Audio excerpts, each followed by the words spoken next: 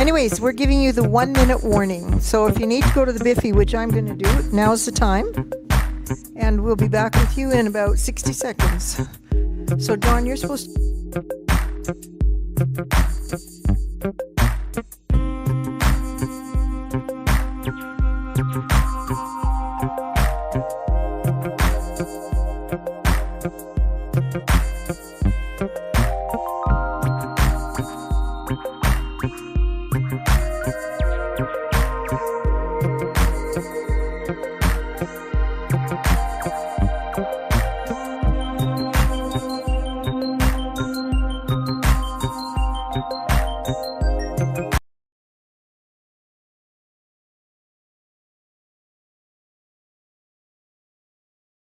You know, large crowds intimidate me. So this should be a good night. How about right here? How far could I move before I'm in trouble? You stand on the X, because that's where the treasure stands, John. You're a treasure. Okay, well, welcome. We're glad you're here. It's the fact that there isn't as many as there sometimes is not a big deal, because you each know many people. You have large families. You have a circle of friends, and when you ask your questions and get the questions answered, you share those answers and the ideas with your friends and family, and it just spreads. We find that wherever we go in the province, we're well received. We don't get spit on too much by the Forever Canada guys, and they tend to avoid us because they know that we answer their questions and they don't like the answers. They would rather just stand and throw a tantrum, so we don't have much truck with them. Anyway, welcome. We're required to do some housekeeping things. Everybody knows where the bathrooms are. They're through that door on that side. There's 2 bathrooms there for the fellas. One's for the laddies and one's for the men. I don't know where the ladies is. And there's an exit through that door over there and an exit over there. Those are your emergency exits. And the way this is going to go is that we have 3 speakers, and we'll try really hard not to bore you. With these the talks will be fairly short. They will consist of a lot of things that you might like to hear, but where you find out really what you want to know is in the Q&A afterwards. Once we finish with the 3 speakers, we'll take a short break, give you a chance to go visit the little boys or the little girls' room, and then we'll have a question and answer period where we try to answer all your questions. Now, normally when we do this, we like to start every one of these meetings with a prayer. Do I have a volunteer who would like to say a prayer to open this? Anybody? You're looking at me. Yes, go ahead. Oh, okay, I can do that. Our Father in heaven, we're grateful to be here. We're here to find out answers to the questions that we may have, to offer our opinions, and to seek information that will allow us to determine our own future. The freedom of choice that thou gave us when we were born into mortality is precious to us, and we don't want to see it disappear. We need to have self-determination, we need to have agency, and we need thy help in providing that for us. We ask that thou would provide this help to us in a way and a manner consistent with thy desires, and do so in the name of thy beloved Son, Jesus Christ. Amen. Okay, now the first speaker, you're going to be dazzled by my wife. Joanne is a retired school teacher and principal, and she's an exceptional researcher. And you'll find that out when she talks about the things that she provides you tonight. She's very well versed in the things that she's interested in. She doesn't know much about me. I mean, it's only been 43 years. She is a retired principal, retired teacher, and she has never wanted to sit around and do nothing. 30 odd years ago, we worked really hard at starting and working at the Alberta First Party, which was a party that had the same kind of an idea that Danielle Smith is proposing right now. He wanted the federal government to get out of our business and leave us alone. So that's Danielle Smith's sovereign Alberta within a united Canada. The only difference is we didn't think we should pay for the privilege. She also, when she decided to retire, she wanted to go somewhere warm that had water, so we lived on the beach in Mexico for a decade and a half. And I guess she got a little bored when she was there because she started the school in Mazatlan that was an Alberta school, certified by the Alberta Department of Education. Kids that go there get an Alberta graduation certificate when they graduate. She's a bit of a fireball, but since we entered this particular decade in which we live now, we've both slowed down a little bit, but she's still very dedicated to this cause. So my wife, Joanne Reil.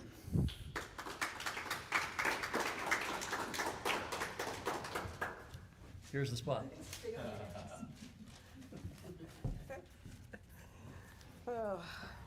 Okay, so I'm not a lecture-style teacher, so I'm no better at this than any of you. My kids were there to do things, not me talk. Anyways, I want to talk to you about democracies. And I hope and think that Canada's democracy could last some longer times. But I want to talk to you a little bit about what good democracies are and some signs that maybe they aren't as good as they used to be. First of all, most democracies only live for about 150 to 200 years. Can anybody do the quick math? How old is Canada's democracy? It's close to 150. It's 159 years old. So if democracies live from 150 to 200 years, we're in our old age, right? We're there. So view this stuff from that point of view. Most democracies self-destruct from within. Before they die, they have a deteriorating group of characteristics that they go through. Let's see if Canada's into any of those. And welcome, by the way. Usually, the cause of that demise is a prime minister or a president who kind of erodes or subverts the system. The same system that brought him or her into power. So they're misusing the system somehow. Let's see, is Canada at risk of any kind of democratic decline? Number one, a good democracy has a strong and independent media. Would we agree with that? Right. Let's take a look at Canada's. During the first elections of Trudeau Jr., the media treated him with kid gloves. Do you remember they used to say, his phrase was, oh gosh, now I forgot it. Sunny ways. Do you remember that? Sunny ways. Everything was sunny ways. Harper's gone, and whoopee, we're in wonderful, warm weather country. And that went on for a long time. In fact, they followed him and helped him present that face for 4 years, until finally, in 2020, we had another federal election, And after that, we had a minority Liberal government. Kid gloves were kind of gone, so he wasn't in honeymoon phase anymore. So he decided, and because of COVID, the ever-convenient excuse, that the media needed support. And that year he gave them, in 2020, 85 million of your dollars. It's actually kind of funny, because with COVID, his government also sent most people home to work or not to work. Businesses were closed down, schools were closed down, even the government was closed down. Everybody went home. So media should have had more audience viewers than ever before. Audience viewers brings in dollars. So why did he have to do that? It was supposed to be temporary, 2 to 3 weeks to flatten the curve. Yep, another one of those. But in 2025, the media support rose to $325 million a year. Over 100 media outlets in Canada got at least $22 million each. If you're a business owner, it would be a tough call to turn down $22 million.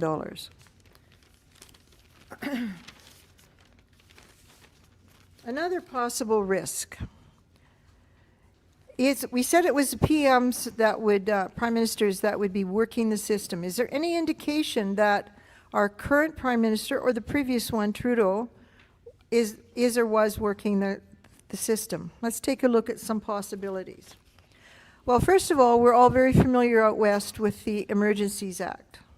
It was implemented when the convoy wasn't going home, and they had to get rid of it, so they implemented it.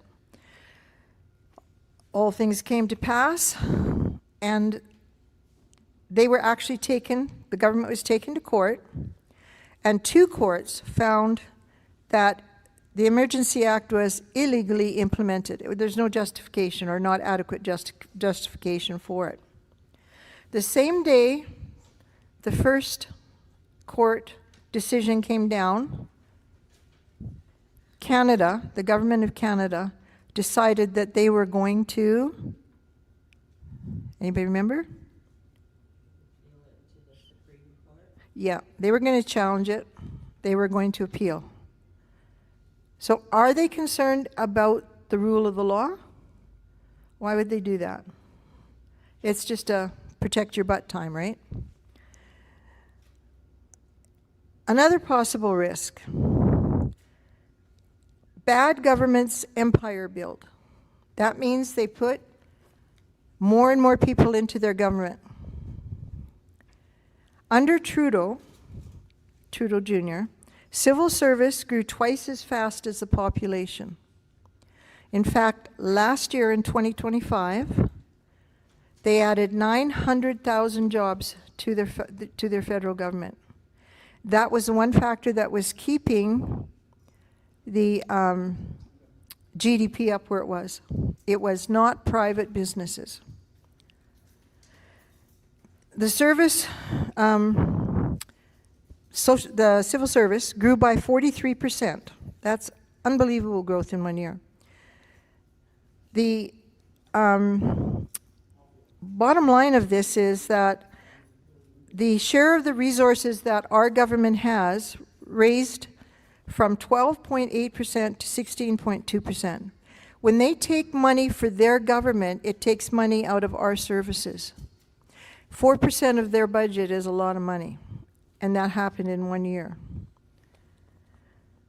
Is our government, risk number 4, is our government usurping power?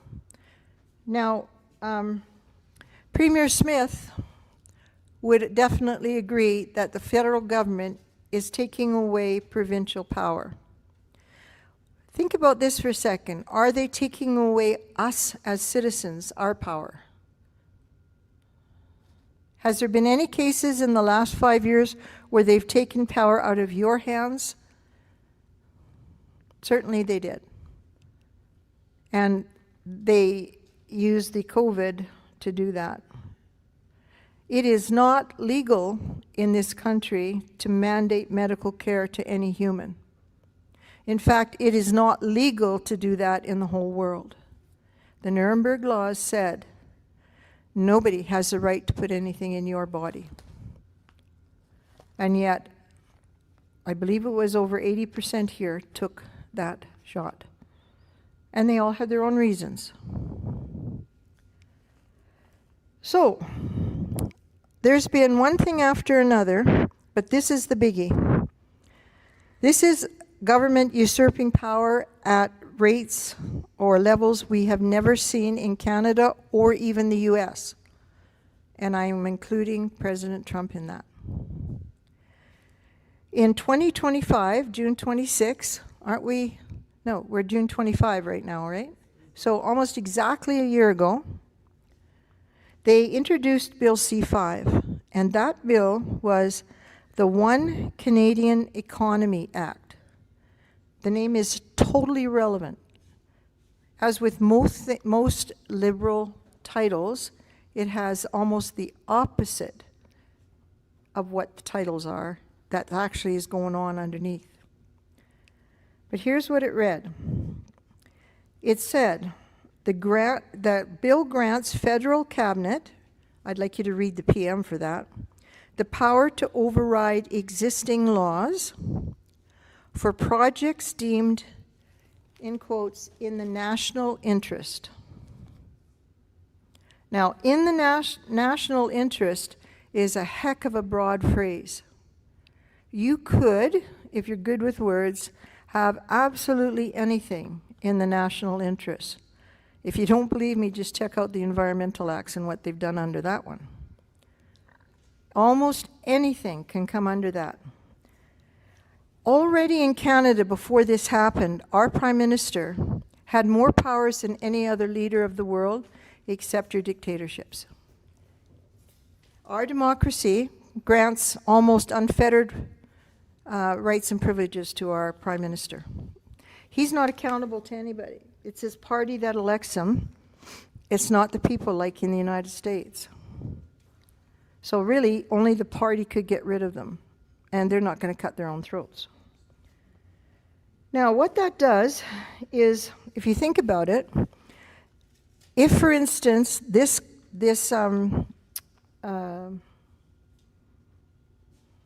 my place here. If the, let's just go with anything. If any law exists in the past and was observed and held up in the past, it can now be jumped over. They just don't have to listen to it. They'll just say, Bill C-5 grants us the power to ignore that for now because it's in the public interest. But it also does it for the future. Any incoming laws, if they don't like them, they will just jump over it and say, no, no, no, it's in the public interest to do da-da-da-da-da-da. So really what you're seeing is that one man, the Prime Minister, can take complete control over all of our laws. Our House of Commons is no longer our voice. Our voice doesn't matter. It's gone. They can put in a bill, he'll jump over it. We have lost our voice now and in the future. And there's no reason why that convoy challenge, the Emergency Act challenge, in its next court appearance, can't be handled that way. Because Bill C-5 is now valid. And by the way, that bill was pushed through without any parliamentary debate. So, taken one by one, the bills in the last year, and boy, there's been a lot of them, the Liberals are literally bragging about how much they did this last year. Compare that to the Montana government, who limits their government to 3 weeks, or did. I don't know if they still do, but in my younger years they did. And that was so that they wouldn't have a government making regulations here, there, and everywhere. Our government was paroled for 8 months, but it was by the government. Prorogued, not paroled. Should have been paroled. Okay. So individually, each is concerning. Together, they speak of a pattern, and some of these words have already come out of your mouths. I've heard them. This is a path towards communism. It's also the path towards dictatorship, right? And a dictatorship is 99% of the time how most democracies end up. So we started with the fact that we're 159 years old, and now we're looking at the fact that one man has control over all 3 jurisdictional areas, right? And it's a pattern that's really, really not helpful to democracies. A lady called Lydia Miljan, she's a professor of political science. She wrote some other concerns, and I'm just going to whip through these quickly.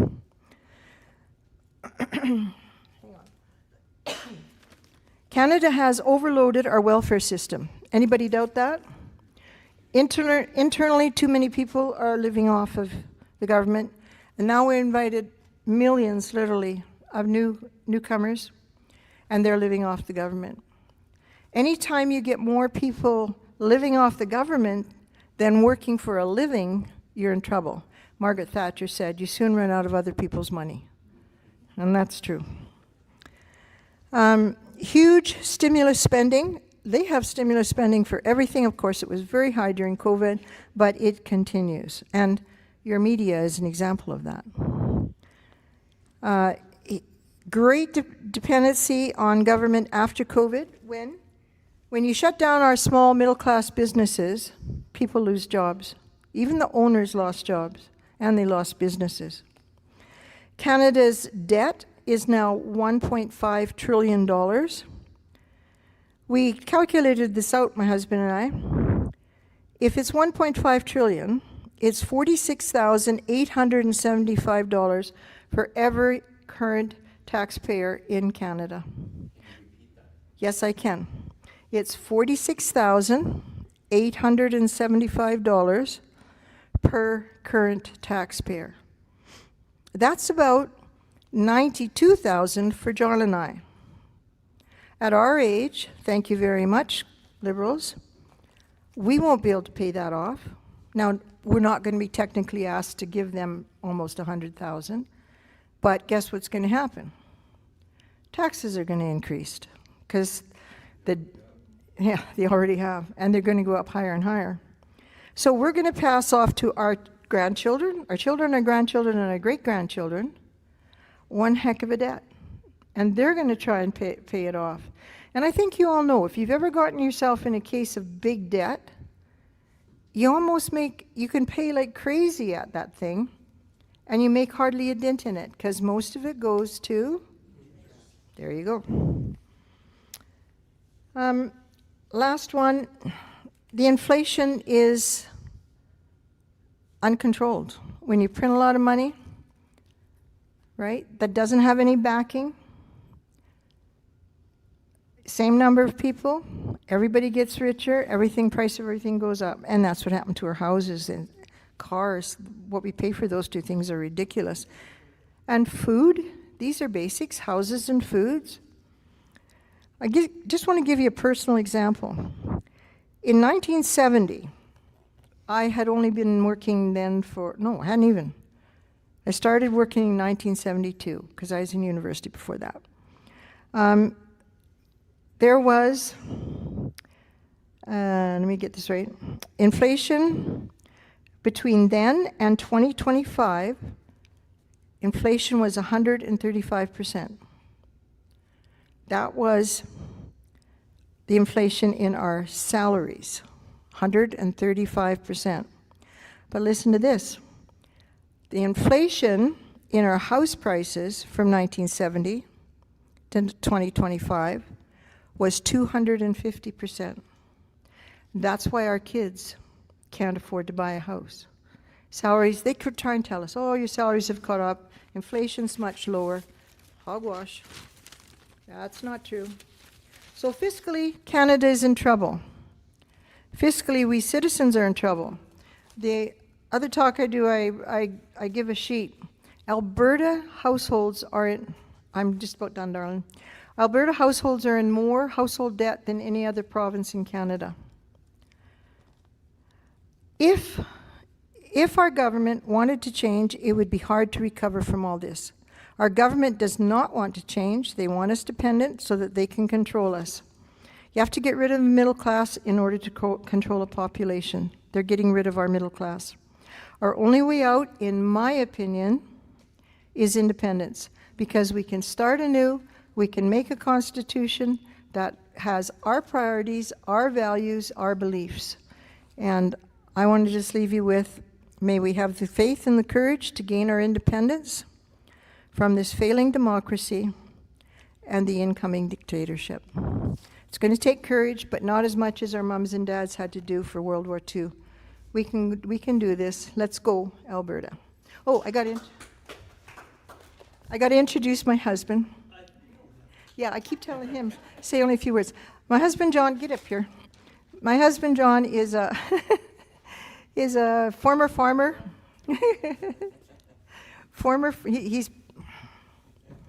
He's a former farmer, a businessman, and he was in the military. He signed up for the Air Force when he was young, and then as an older gentleman, he signed up for the reserves in the Army. He was also the leader of the Alberta First Party, the first leader of the Alberta First Party, eons ago. Some of you might remember. And like he said, that party had the same policies that Premier Smith is wanting now. They eventually sort of merged into the Wild Rose. And yeah, here he is. Well, thank you for that. X marks the spot. Is this on? Testing, tasting.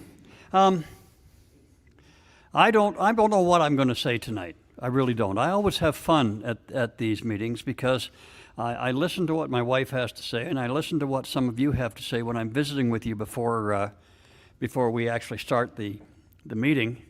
And all sorts of thoughts, random thoughts, run through my mind, and I grab onto one or two of them and hope they make sense when I talk to you.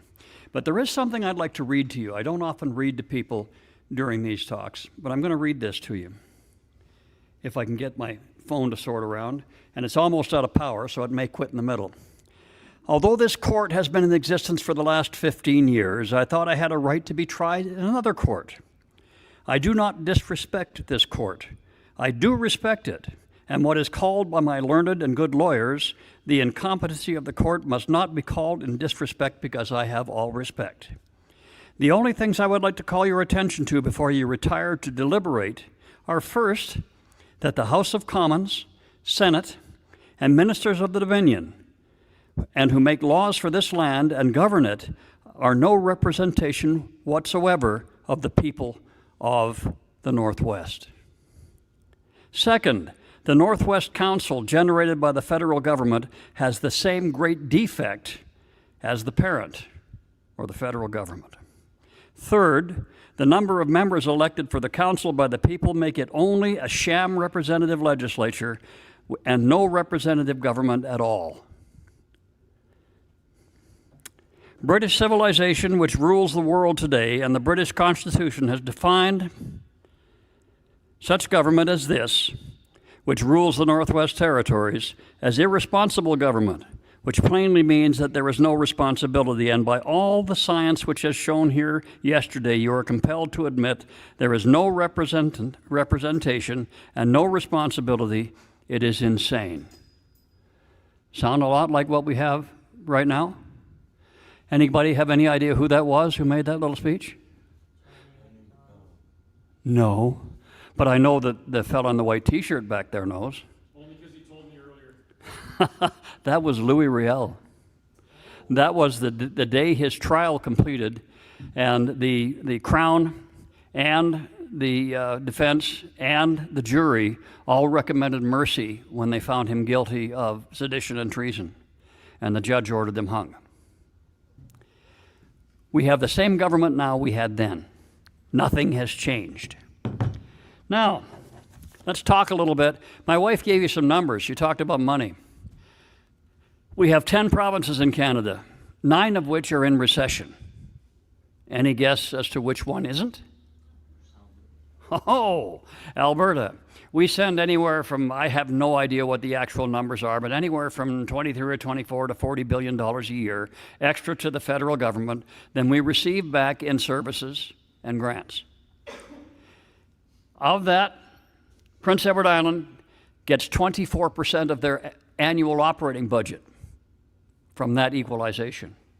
That's $0.72 billion. For Prince Edward Island, it's only the size of this town, for heaven's sakes.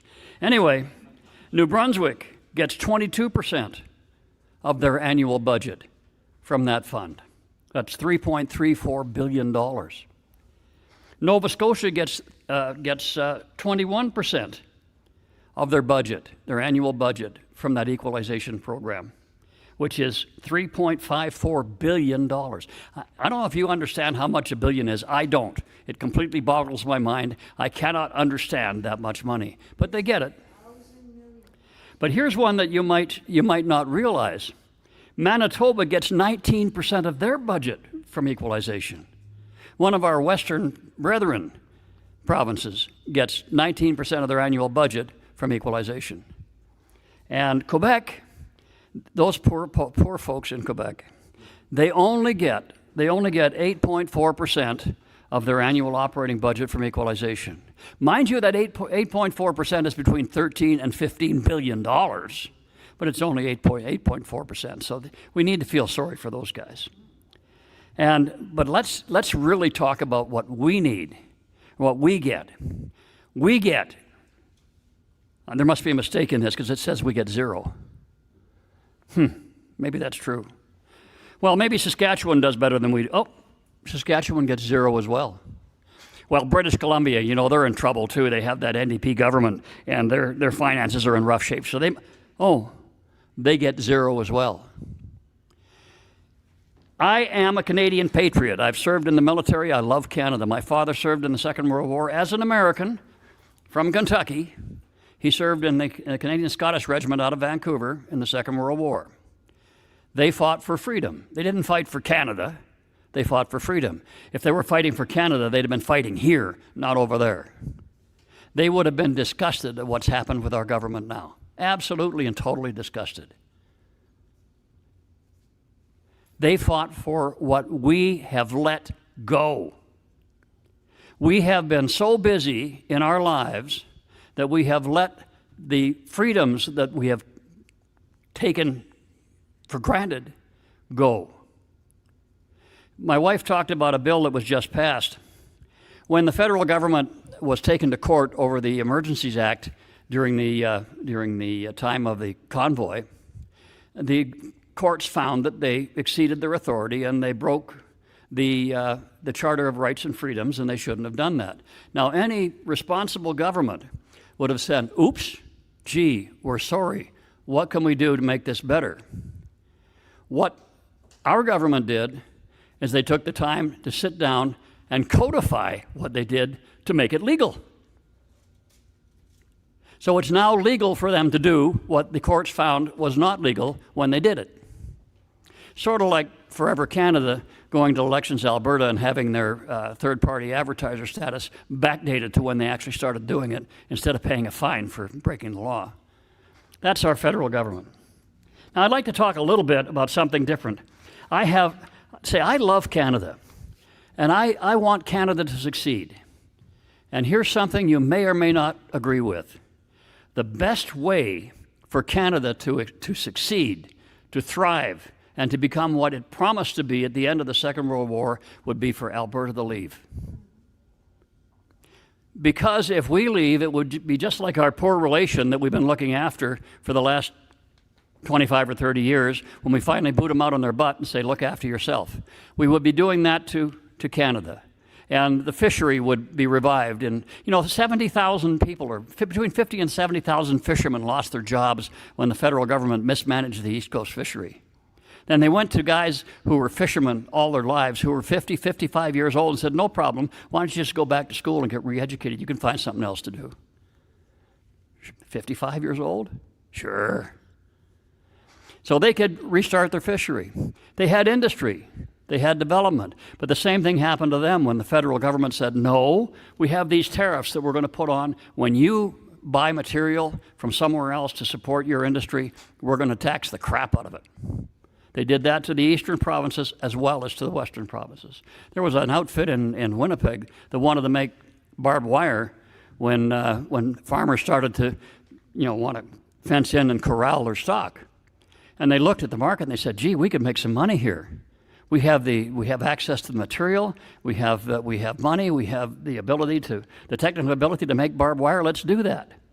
So the federal government put such a tax on the material they had to bring in to make barbed wire that it was cheaper for the farmers to buy it from Ontario than it was to buy it from their next door neighbor. And that's been the history of this province from the day we came in. We weren't consulted about becoming Canadian. Alberta and Saskatchewan and the rest of the Northwest Territories were legislated into Canada. At least Newfoundland had a plebiscite. They had a vote. 52% of them said they wanted to join, and there's still a whole bunch of them that would like to leave. So what would we be like if we became independent? Well, I'll tell you a little bit. If we were independent, this country of Alberta would have more land than almost 80% of the other nations in the world. When Jason Kenney did a debate with Keith Wilson, he insulted us because he said Alberta wants to be a statelet. We have more land than 80% of the countries in the world. The other thing we have is we have a larger GDP than 80% of the countries in the world. We have a population larger than 33% of all nations. We have more farmland than 91% of the other nations of the world. We have a higher GDP per capita than 97% of all nations. We would be one of the most prosperous and free nations on earth. That's just, I could go into the detail on that, but I'm not going to because I don't have time. I can't take Chris's time because he won't let me ride with him when we go home and I'll have to walk. And it's a long walk. But we need to be a nation. Now let me talk about what is a nation. We are different from people in Ontario and Quebec. We're not the same. And anybody that's ever spent some time in Eastern Canada knows that we're different. We're doers. We're get the heck out of our way. Leave us alone. Let us get it done. In many parts of Eastern Canada, particularly in the Maritimes now, because of the history of equalization, it's what can the government do for me? We want one thing from our government: get out of our way. Stop legislating us into a stupor of inactivity. Stop treating us like children and taking our livelihood away from us by saying, yes, we'll give you a pipeline, but we want you to spend $20 billion on carbon capture before we'll let you build it.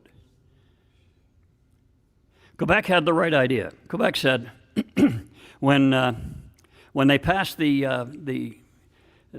act, what is it called? The Clarity Act, that's the one. When they passed the Clarity Act, the next day after the passage, Quebec passed a law in their national legislature. They call themselves a nation and they act like they are. Good for them.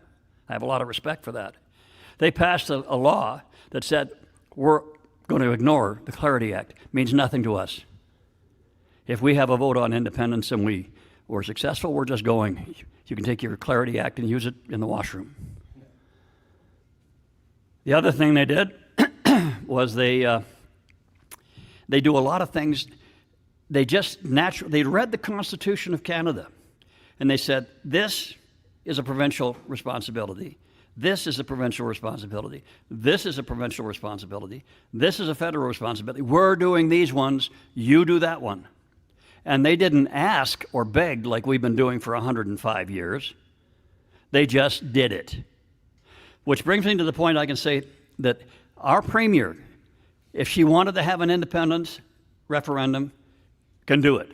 She doesn't need anybody's permission. She doesn't need yours, doesn't need mine, doesn't need anybody's permission. She can just do it. If she wanted to have a provincial police force, she could just do it. If she wanted an Alberta pension plan that would increase our pensions by anywhere from 20 to 200%, she could just do it. If she wanted to collect taxes and then send the federal government their portion, instead of sending everything to Ottawa and getting back what they feel we should have, that she could do that too. So I agree with Chris. I would like to see a sovereign Alberta within a united Canada. Where I disagree with people who want that is I don't believe it's possible. I and my wife have been trying to achieve that for 30 plus years. It's not going to happen. The only way that we're going to get what we need to have in order to be a nation is to take it from them. And we need to do it peacefully, politely, and as legally as we possibly can. By that I mean, we want out of Canada. Do we care what the Constitution says about 7 out of 10 provinces and 50% of the population? No. What we care about is what do Albertans want? What is our position on self-determination? What is our position on choice, on agency? We're just going to do it. And we tell them, no, we're not interested in that. Now, what do we need? We need national interest. First thing we need for national interest is unity. Now, that doesn't mean we all have to be the same color. It doesn't mean we all have to be the same religion. It doesn't mean we all have to think the same way. What it means is we all have to have the same objective, and that objective is individual freedom for all the people who live here. We are wonderful at recognizing and accepting minority rights. I'm here to tell you the smallest minority in the world is one person. That's a minority. Each one of you is a minority. That's the rights we have to protect, and everybody should get the same rights. And nobody should be allowed to breach them. We are, if you're a believer in a creator, we're the children of a God that created us. He created us with rights as his children. If you're not a believer, you are entitled to those rights by the very nature of the fact that you're a human being. You don't get your rights from the government. You tell them what their job is. You don't let them tell you what yours is. The second thing we need after unity is we need to define our borders and be prepared to defend them. I think we can do that. When I joined the Air Force in 1965, there was 116,000 people in the Air Force. That wasn't counting the Navy and the Army. That was just the Air Force. Now we have 68,000 in all three. We have fewer people in our military now than we had when I joined the Air Force. What's 65, 35, 60 years ago. We need national security. We need a military. We need our rights and freedoms, which I just talked about. We need economic prosperity and growth. Danielle Smith said that, excuse me, Danielle Smith said it was going to cost us $400 billion to achieve independence, to do all of the things the federal government does for us. Federal government doesn't do anything for us for nothing. The fact of the matter is that we send more money to them than they spend on us. So the real question is this: if we spend more money to them than they give back to us in services, then what is the real cost of staying? Never mind the cost of going. If we spend more money every year by staying here than it would cost us to leave, then I don't care what the amount is that we have to pay to leave, we need to leave. Because in the long term, we'll spend a heck of a lot more money by staying than we would by leaving. I have a great fear that since Canada's credit rating is a AA, and that credit rating is based on the inputs, which is dollars from Canada, and the bulk of those inputs come from Alberta and Saskatchewan, that they're going to implement a windfall tax and say, you're making way too much money. We're going to take a bunch of it because the rest of the country needs it in the national interest. Isn't that what happened with the National Energy Program? There's a lot of gray hair here. Some of you know exactly what happened back then. They took money from our province, and they took jobs from our people, our sons and our daughters and ourselves. We don't need that. We need personal and community well-being. That means we need policing, and we need a constitution which protects the rights of individuals. And you don't need special rights for special groups, because every time you have a special group, you have these guys sitting over here saying, well, wait a minute. They get special rights. I'm a group too. Let's get on board for special rights. The minute you start creating groups where people get special rights and special privileges, everybody wants to be a special group. You can't survive that. Everybody has to have the same rights, and those rights have to be protected. We need good governance. I just read you what Louis Riel said about the governance that he was experiencing in his trial when he came back from the States. Sounds a lot like we have now, doesn't it? We do not have representation. We have a parliament that is, even going back to Trudeau #1, I'm ashamed to admit this, but because I was in the military in the first election of the first Trudeau in 1968, I wasn't 21, the legal age was 21, but because I was in the military, I got to vote, and I voted for Trudeau. I was young. I was stupid. But I smartened up real quick. I never voted for him again. Now, the thing about Trudeau is he knew what he wanted, and he was quite smart. He was an intelligent man. Trudeau #2 that we've had for the last decade had the same name and the same cachet, beautiful hair, but he's as dumb as a post. He really is. He's not a smart man. So he wasn't as dangerous as his father, but he had the advice and backing of somebody named Mark Carney. Mark Carney spent a number of years as Trudeau's advisor before he became the Prime Minister of Canada by fiat. And he has all of the negative attributes of Trudeau with the intelligence to make it happen and the will to make it happen. So we need to be very cognizant of that. Now I'm gonna close because I talk too much and Chris is giving me the eagle eye over there. I would like to talk for just a second on courage.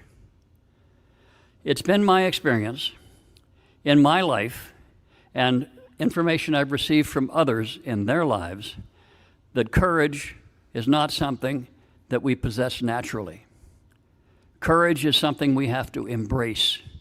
It's something we have to pursue, embrace, and make a part of ourselves. And courage is the willingness to do what needs to be done in spite of the fact that you're scared to death. So I'm here to tell you that what you folks need is you need to embrace that courage, to understand what's going on in this country, to worry about your kids and your grandkids. I see a lot of gray hair here. We're not doing this so my wife and I can profit from it. We'll be dead and gone by the time any benefits of independence accrue to the people of Alberta. But our kids and our grandkids and our great-grandkids are still going to be here. That's why we do this. Okay? That's all I have to say. But I know you can do it. I know you have courage. Can I ask you a question? No. You may not. But we will have after Chris speaks, we'll have a short break, and then you can ask as many questions as you want. Thank you very, very much. I have confidence in you. I have faith in you. I think you can do it. And I'm proud that you're here. I'm happy that you're here. And the fact that we are few in number doesn't mean a darn thing other than we're great in spirit. Thank you so much.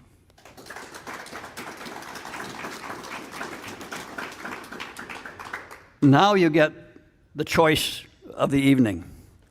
You get to hear from Chris Scott. Now, Chris is a man who has embraced that courage.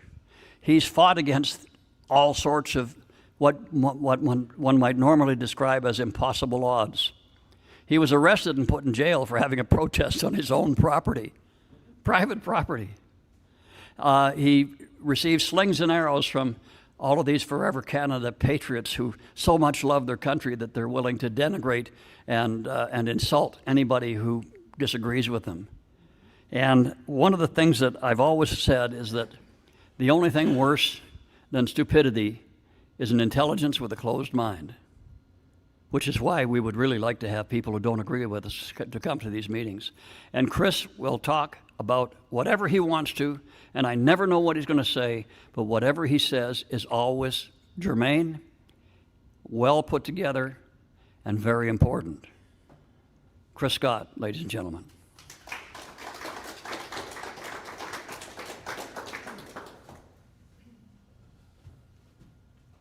I thought you were going to keep going, so I was... Well, no problem. You want me to sing? Yeah, no. Do you want this, John? No, I don't. It's dead. Oh, it's alive. It's alive now. Well, thank you very much. I actually prefer it when the other speakers make fun of me before I come up because then the pressure isn't on. But now John has set the bar quite high, so I'm feeling a little anxious. So let's just go right to the Q&A. Thank you. Just kidding. I don't really have a heck of a lot to say tonight, except for thank you for coming out. You'll notice that we don't have a bustling hall filled full of people like we have experienced in the past. And there's many reasons for that, but none of them are important. What's important is that there are still people that are interested in this conversation. And as I was driving all of the kilometers around northern Alberta in the last little while, I've had a lot of time to think about this. And I've been thinking a lot about what my life was like before all of this, and if I would have ever attended anything like this. And the answer is absolutely not. I would have been out there on a quad or a dirt bike or something. I would never have been in here. As a matter of fact, until I was 40 years old, I didn't do anything that even resembled a political or town hall type meeting. And most people don't.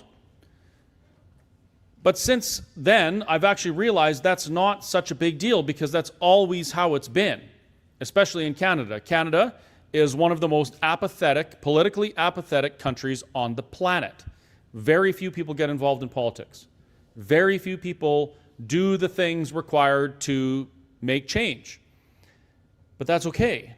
Do you know how many people, what percentage of a population or society is required to be active in doing something in order to change the direction of that society? Just for guess. 20%? I would say that the U.S. fought a revolution with 3 to 5% of the population. The answer is actually 3.5%. And that's a study by some professor that Dr. Modry always quotes, and I can never remember her name, but I'll know for next time. 3.5% of a society is required to do the work to change the entire direction of that society. So when you see a room that's got, 20 or 30 or 50 or whatever people in a town of 5,000 or 6,000, that's actually pretty decent. Because if we all actually care about making a change, if we care to see a better future for us and our kids and our grandkids, and we go from these types of town halls and we share what we've learned with one or two people, we're doing massive work. That's a lot of people. We've done, I want to say close to 70 events since January. We've spoken to, thousands, maybe tens of thousands of people by now. I'm not sure exactly how many, but a lot of people. And those people are bringing the conversation with them where they go. That's what Let's Talk Alberta is about. It's not about telling you to vote for me or vote for them or support this thing or support that thing. It's about encouraging people to ask questions about these things. And of course, people will come and share their opinions about what they want to see for Alberta. But the encouragement is to have the conversation and share your opinions, share your concerns, share your opposition points. And then we talk about these things and bring these ideas with us where we go. And then for the next, rest of our lives, we continue to facilitate the conversation. What I've noticed since I've been paying attention to these things, and that's not very long, by the way, is that even the conversations about these issues are considered taboo. Like, we don't talk about politics. We don't talk about religion. And I've said this at every event that we've done almost. The two most important topics in your life, number one is politics, because it influences your life from before you're born to after you die. And religion is the rest of eternity. So I think it's important that we have these conversations. Now, in the last few months, the conversation around Alberta independence has accelerated dramatically, to the point that we have a question that has something to do with Alberta's sovereignty as a referendum question that's coming in October. It's a very serious question. The question is asking Albertans, more or less, do you want to continue with the status quo, or do you want something different? I don't have actually enough time to tell you what the entire second part of the question is because it's that long. But that's the gist of it. Do you want to continue the way we are, or are we going to change something? Now the conversation expands around that, and the questions start coming.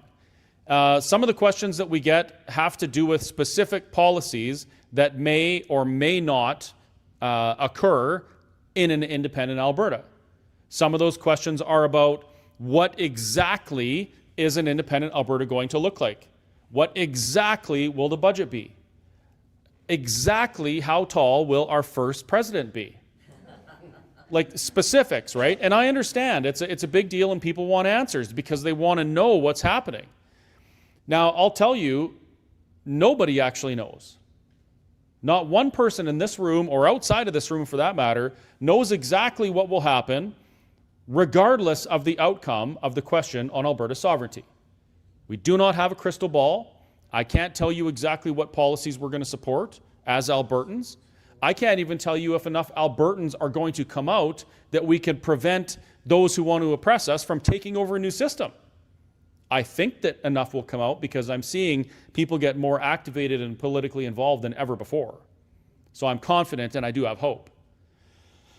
What I do know is that the status quo, the direction we're on right now, is not going to result in a better tomorrow than today. If you put yourself in your shoes from 30 years ago, I know it's hard for some of us. I was 16 at the time, just got my driver's license, had the world by the tail. The 90s was absolutely fantastic, almost as good as the 80s. More the patch on the 60s. Well, I wouldn't know, sir. But I've been told that. Anyway, think about you back then and consider if somebody came to you back then and asked you or told you, hey, 30 years from now, the government is going to shut the entire country down because of a flu. They're going to destroy businesses. They're going to pressure people to do things to their bodies, to take medical interventions that they may not agree with. And these medical interventions are experimental. They're not tested. They're going to tell them they're safe and effective, and they're going to shame people into doing it. Would you believe that the government would have done that? I wouldn't have. Would you believe if somebody told you, hey, the government is going to change legislation so that if you offend somebody, even by speaking the truth to them, they might fine you or put you in jail? Would you have believed if somebody told you a doctor is going to be fined $750,000 for calling a biological man a male? I wouldn't have believed any of these things. And let's not even get into the dragging pastors down the street and chaining businesses shut and all of these things that we've witnessed over the last few years that have engaged us. None of us would have believed those things. And yet here we are today with the knowledge of the last 5 years fairly fresh. It's quite blurry now and it seems like forever ago, but these things happen and they continue to happen. And now our government is laying the foundation for state control, state surveillance, the likes of which we've never seen. I mean, we have bills being debated in the House of Parliament that would allow the government to remove you from the internet if they find that you've been offensive. What? I thought we have freedom of expression. There's bills, there's bills that would allow the government to open your mail and read it for your safety. Like, these things that are happening right now are not, they are not reflective of the Canada that I knew when I was a young boy. When I started school in 1985 or 4, I guess, something like 85, I guess. And the Charter of Rights and Freedoms and the Constitution had just been repatriated. And it was exciting. There was a lot of patriotism. I can still remember the look on my teacher, Mr. Ruda, on his face when he talked about how amazing Canada was and why it was amazing and how we were free and we always would be because we had this Charter of Rights and Freedoms and we had this Constitution. And he assured us that it was a free country and the best place to live, and we should be so grateful. And you know what? I believed it. And it was true. But something changed. That very document that people celebrated back then, the Charter Rights and Freedoms, accidentally or intentionally put us on a path to where we are today. It gave unelected, unaccountable, lifetime appointed judges the ability to interpret and then make law that we had to live under. That Section 1 clause of their Charter Rights and Freedoms gave the government an avenue by which to take your rights away. And I used to believe, or we were made to believe, that that could only occur if the government could prove it was necessary. And I'm actually okay with that. If the government could have proved to me, beyond a reasonable doubt, as happens in court, that me closing my restaurant and destroying my livelihood and sacrificing my future and my kids' future was the best path forward for me and everyone around me, who am I to argue? But they didn't even have to do that. All they had to do was say, well, we're saying that it's necessary because we say so. And then they did it. And it opened the door to all of these strange things that we're seeing going on around us. Laws that would put us in jail for offending someone. So that Canada that I knew, that I grew up in, is a distant memory. It's gone. And I'm sure many people in this room feel the same way. You might not share my opinion fully on this matter, but I can almost guarantee that no matter what side of the political spectrum you're on, what side of the independence conversation you're on, you at least must acknowledge that this is a different Canada than it was when we were young. And when you start to dig into it, because highlighting problems and talking about problems is useless unless you're prepared to offer a solution or to work towards a solution. When you start to dig into this, you realize that the solutions just aren't there. How do we fix the systemic issues that put us in this place? How do we fix the systemic issues that have made Alberta, Saskatchewan, British Columbia resource colonies to Confederation since their inception? How do you fix that? How do you fix the unequal yoking of Western and Eastern Canada? You can't. Why? Because those who benefit from the current structure, the status quo, are the ones that control the conversation. They have the votes.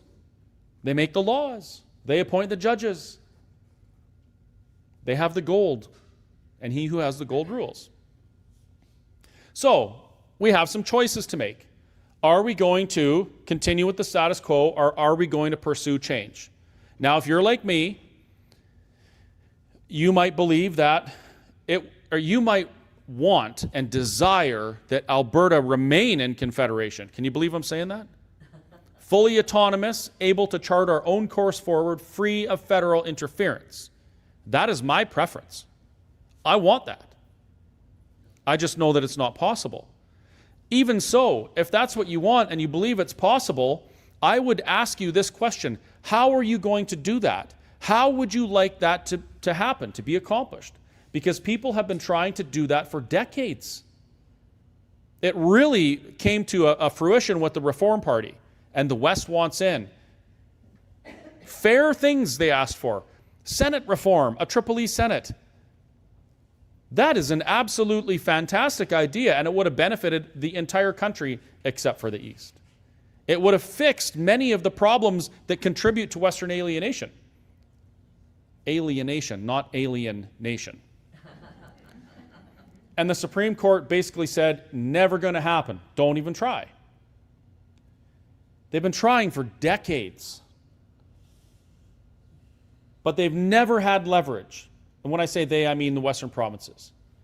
So if you would like to see, as I would like to see, the provinces able to chart their own course forward, sovereign provinces within a united Canada, truly sovereign, you need leverage. Now, one province has done this. One province understands what must be done to claim, to take their sovereignty. Sovereignty is not something that is given to you. You take it. You earn it. You grow into it. And if Alberta has this conversation and we decide, hey, even though you might be, what are they called? What are they called now? Dirty seppies or something like that? You might be a dirty seppie. You want autonomy for Alberta. I'm not a dirty seppie. I want Alberta, a sovereign Alberta with a united Canada. The path to those things is the same. We need leverage. And leverage is a successful referendum on Alberta independence. Or 2 referendums, 1 referendum to decide if we're going to have a referendum. But you get my point. This conversation and how we treat it will decide if Alberta is going to be able to change the status quo, within or without Confederation. It's a very important conversation. Now here's the part where I put a heavy weight on every one of your shoulders. Just the fact that we're going to be asked that question is incredible, if you know anything about history. In the last 30 years, I consider the last 30 years to be a more enlightened time than the previous 600. I mean, at least we weren't burning people at the stake for eating a tomato and not dying. She's a witch. But in the last 30 years, well, almost 30 years, there's been 38 new nations have formed. Only 20% of those nations had to fight and bleed and die to gain their independence. The others, they did it with paper, with laws, with conversations. That's where we're at right now. That's the blessing that Canada has. That's the blessing that Canada gives us. That's why these flags are up here. Because I'm grateful that I live in a place where I can have conversations like this openly in a public forum and nobody's coming in to shoot me yet. I'm grateful that I can express my political opinions without fear of persecution. Much. I'm grateful that I can even share opinions that are so controversial as Alberta independence is necessary and inevitable. Canada affords me that opportunity. And I'm very grateful for that. Because the majority of times across history, save the last 30 years, you don't get this opportunity handed to you on a silver platter. You watch your sons and your daughters go out the door and go fight and bleed and die, sometimes for decades, sometimes for hundreds of years. And eventually, you may be given the opportunity to decide if you're going to claim your sovereignty. And here we are, getting off our couch once in a while, going to a meeting, having a conversation, and we walk into a room just like this, maybe even this room, and there's a stack of papers, I don't know, a stack of papers in October. And one of those papers is a question on sovereignty. Do you understand how significant that is and how much of a blessing that is for us? No matter what side of the conversation you're on. If you believe that the status quo is beneficial, you are going to be given the option to voice your opinion on that and to decide. If you believe that independence is the path forward for Alberta, you get that opportunity to have your voice heard. And because we're given that opportunity, because of the gravity of that question and the historical significance and the sacrifices that other people had to make so that we can have that opportunity, we carry a very heavy moral obligation to know the facts, talk to each other, educate ourselves on the benefits of each path. And don't stop learning and talking and sharing until we can go confidently into that room, to that ballot box, and make the correct decision for us and our families. That's what this is about. That's why it's called Let's Talk Alberta. That's why it's not Vote This Way Alberta. It's because the conversations that we're going to have right now in the next, well, I used to say up until October, but now I got to change it up until October, and then from October until another time. I don't know what it is. But the conversations that we're going to have in the next short period of time are some of the most important ones we're going to have. So this is not a time to be canceling people and threatening people and putting people down, although I do frequently call people dinks when they deserve it. This is a time where we have to understand the blessings that we have, and we have to be, our actions need to reflect our appreciation for that. So we need to have the conversations. And they're tough conversations. Today I was hiring a drummer to come and fill in for Tamara's band. She's going to play at my cafe on July 1st. Please be there July 1st. There's flyers over there. And he was gung-ho, happy to do it, happy with what I was going to pay him. Yes, we pay our musicians. And then he phoned me back and he said, hey, where's Tamara from? Is she from Red Deer? And I said, no, she's from Medicine Hat. And he said, well, she's not that separatist chick, is she? And I said, yeah, she is, and I am too. I am also a separatist chick. And he said, well, sorry, I'm not going to play there. Click. What a waste. What a missed opportunity. What a shame that people are not willing to have a conversation with each other and find out why they're so different, they have such different perspective on this conversation. Now, if he continues in that manner throughout the next few months and makes decisions, his decisions will not be the best ones because he's not even open to hearing opposing opinions. And how dare we do that with something as critical as this? How dare we shut down conversations when the very reason we can have these conversations is that other people literally soaked the ground with blood for us? So when I say, I try and work in the Let's Talk Alberta to the end of every one of my presentations because I think it's like a catchy thing. When I say Let's Talk Alberta, I mean it. And if you disagree with my position, my personal opinion, that Alberta independence is necessary and inevitable, I want you here. I want you at the next Let's Talk Alberta meeting, and I want you to tell me why. Why do you think that I should support the status quo? Because if you can convince me that the status quo is the best path, I want to take the best path. So come and convince me. Otherwise, I'm going to hold another 150 meetings like this. And I'm going to share my personal opinion with every Albertan that I meet that Alberta independence is necessary and inevitable. I'm going to support my claims with history, with some law, with some constitutional stuff, with some examples of things that have happened that brought us to this place. And then I'm going to answer people's questions. And when I answer people's questions, and when I respond to their challenges, I'm going to change their minds, and I'm going to bring them to the side that shares my opinion. And if those people truly believe that my position on this is wrong, then they better get here, and they better educate me. If they don't, they're doing themselves a disservice. So that's my challenge. Now we're going to take a 10-minute break, because we always do, because we talk too long, and I'm sure everyone's legs are asleep. But when we come back, we're going to have a Q&A. And also, we usually pass around that little bucket over there, and we use peer pressure to get you to donate to support this movement. We're not going to do that this time. We're just going to let you go to the back, and if you want, please support what we're doing. It costs money to do this. We don't get paid by Trump. We don't get paid by Putin. Hold on a second, just a sec. Everyone close their eyes for a second. I got to send a signal to the motherland. We don't get funding from anyone. This is completely 100% grassroots funded. So if you appreciate what we're doing and you have the ability to do so, please support us like that. If you're watching from home, you can support at letstalkalberta.com using the donate button, or you can send an e-transfer to letstalkalberta@gmail.com. And no, this isn't about personal benefit to us.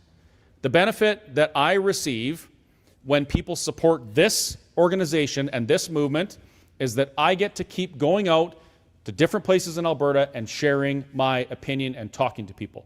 That's my benefit. My benefit and what I get from this is the opportunity to leave the world a better place for my kids. And that's what I want. Yes, I want fancy things, but I'll settle for leaving the world a better place for my kids. And we appreciate that you help us do that. So in the meantime, let's talk Alberta. And before we talk, let's have a quick break. Thank you very much.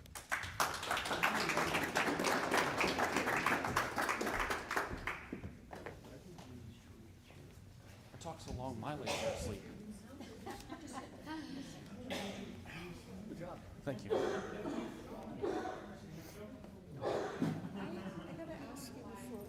I can't get my comments to come out more than about 3 or 4. And I don't know what's going on with my phone. Just 1 second. We'll be back in something like 10 minutes-ish. I know we're always late, but thanks for putting up with us. See you soon. Do you want the music? Like the disco or the ducks? Ducks? Yeah, okay.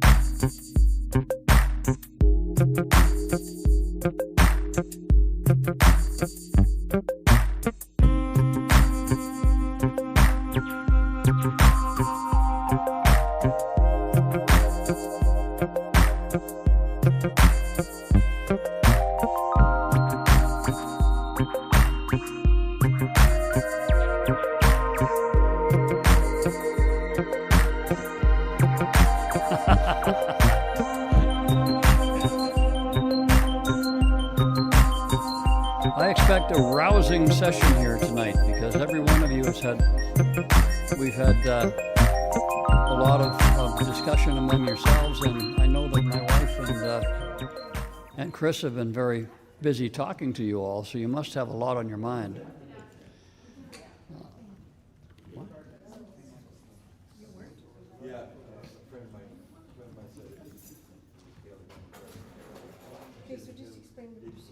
So the procedure is this. If you have a question, you'll present the question to us, and one of us will respond. And then one of us who may want to talk more than anybody else because they like the sound of their own voice may also contribute. And know that, yeah, that's me. But what we'll do here is that we'll have the question, and I think, Chris, you want to just repeat the question for your people online, or do you want somebody to handle a microphone out there? I could do that. Just a second. Why is this not working? Earlier, mine wasn't a real question, but she flew on the air. I was just wondering what evidence you had that Justin was Pierre's son and not Castro's son.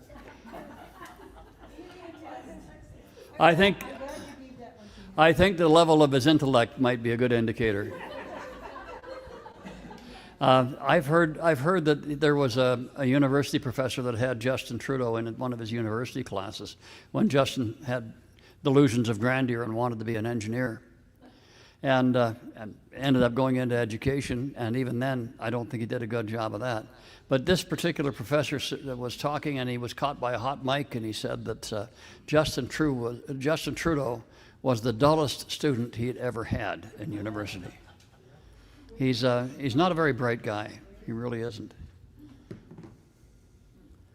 So. Well, I know they interviewed Castro's daughter the other day and asked what she thought, and she had no comment. No, it's an interesting question, but to be quite honest, I don't care. The man is a. Yeah, you're right. No, Can you that's run good. that for us? Sure. Okay. Actually, I heard they broke up. Yeah. She had more guts than I thought she had. I think she told him that was enough. Okay, so we're ready to start. If you have a question, that fine gentleman there has a microphone. The reason we want you to use the microphone is there's a little thing on top because we want the people who are tuned in online to hear your question as well. And not everybody at once. Yeah, no, Like no we're rushing to- tired of this stampede thing. We have a noise bylaw here with stampede. Get it? Yeah, but you gotta talk to that to the people on there. Yeah. One of the things I wondered is why don't you have more information on what Carney is doing to destroy Canada and let the people know that? Or would that be too long a list? Well, I tried to give you some of those ideas. And you have to remember that Carney was operating for about 5 years before he was PM. And those things that Trudeau did that divided us, the bills that he did that gathered power into the Prime Minister's position, the executive position, the list is very long. The reason I focused on mostly the economics is because it's when the economics flip from being most of the citizens within a country being productive to most of the citizens being on the government dole. That's basically, sorry, I'm having allergy issues today. That's basically when the flip is made, and that's the downhill coast. You're up to the top and you're falling down. If we want to stop within Canada, what's going on within Canada, you are right. We need to know what he's done, what direction those things point us in. Everybody needs to know that, and that's kind of what I'm trying to do. We don't often know. We hear, oh, Bill such and such does this, and of course they can decode it with words that make it sound absolutely wonderful for the average citizen. And yet, you know something? That wonderful hasn't hit us yet. And so it's also very hard. My best girlfriend said, no, Joanne, you can't do all those because it was all figures and numbers and things like that. You can't remember them, but you can remember perhaps that when the economy fails, the democracy fails. I'm losing my voice here. You can remember that when a prime minister gathers the power into his hands, we're getting a one-man ownership here of us. That's dictatorship. So the sad news is Our curriculums are no longer teaching a thing about conservatism, not even the word. If you ask your average grade 10 or 11 student, they will know about socialism, and they think it's wonderful, but they don't know, they can't even define conservatism. Literally, they have not heard the word. So, where does this happen? 1912, that they decided that the only way to keep a community, let's call it a country, moving in the direction that the powers that be wanted it to be, was to get into our schools. Because individuals live and they die, but if we can make groups that are indoctrinated all with the same philosophy, if one person dies, the group carries on. And they'll simply bring up more people to put into that group. And over my lifetime of teaching, that's when that, basically from the time the World War II quit, within 2 years, they were already making their plans while we were resting on our patoots. So yeah, you're right. We do need to know what's going on in order to handle what's going on. I have an interesting comment. So Jess and GP says, for each question from the audience and online, they're going to donate $10 to Let's Talk Alberta. So ask away. Oh, and there is a question online. Rose asks, could you explain that narrative about what and why Clifford Sifton said what he did regarding Alberta? Actually, it was regarding Western Canada. If you, the book is Clifford Sifton, The Lonely Eminence, volume, or Clifford Sifton, volume 2, The Lonely Eminence, page 93, and I'll do my best to quote it. I always get it wrong. Clifford Sifton said, when he delivered this speech on the steps of the Winnipeg legislature in 1903, we desire, every Canadian patriot desires, that the great trade of the prairies go to build up our factories and places of work and contribute in every legitimate way to our prosperity. So he's saying, we want the stuff the West has to improve what we have in Eastern Canada. And if you consider much of the legislation from early 1900s that prevented us from having rail companies cross provincial borders. We couldn't ship our wheat unless the government said we could do it a specific way. We had to pay freight. The rules were different for Eastern and Western Canada. Even now, Western Canada has to have 10% Quebec milk in all of our milk here. You know, like there's all sorts of examples as to support Clifford Sifton's statement that we desire, and every Canadian patriot desires, that the great trade of the prairies enrich our lives enrich us in the East. And it hasn't stopped since. So when you consider that and you look at history, you realize, you know, it's not that the system is broken, it's working exactly the way it was intended to. And I just say Alberta is grown up enough now that we should be doing something different. We're grown up, we should be out of that house, out of those rules, and making our own decisions on those things. Did you say that questions from here or the questions from there? Come on, guys, you must have something. No concerns? We can go home now. You can state comments too. Anybody Well, have this isn't a question, it's just a comment.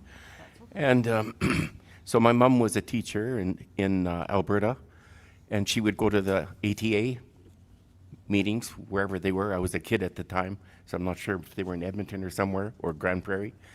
And she would go on the phone-in line on CFGP and talk against the socialism that was being foisted on the teachers at that time. Mom was born in Russia. She knows what totalitarian is, and she talked to me, and I've talked to our kids about it, and it seems as if Canada is asleep at the switch to what's happening. So just the other day, I was in Labrador, and somebody asked me, so what's with this Alberta stuff?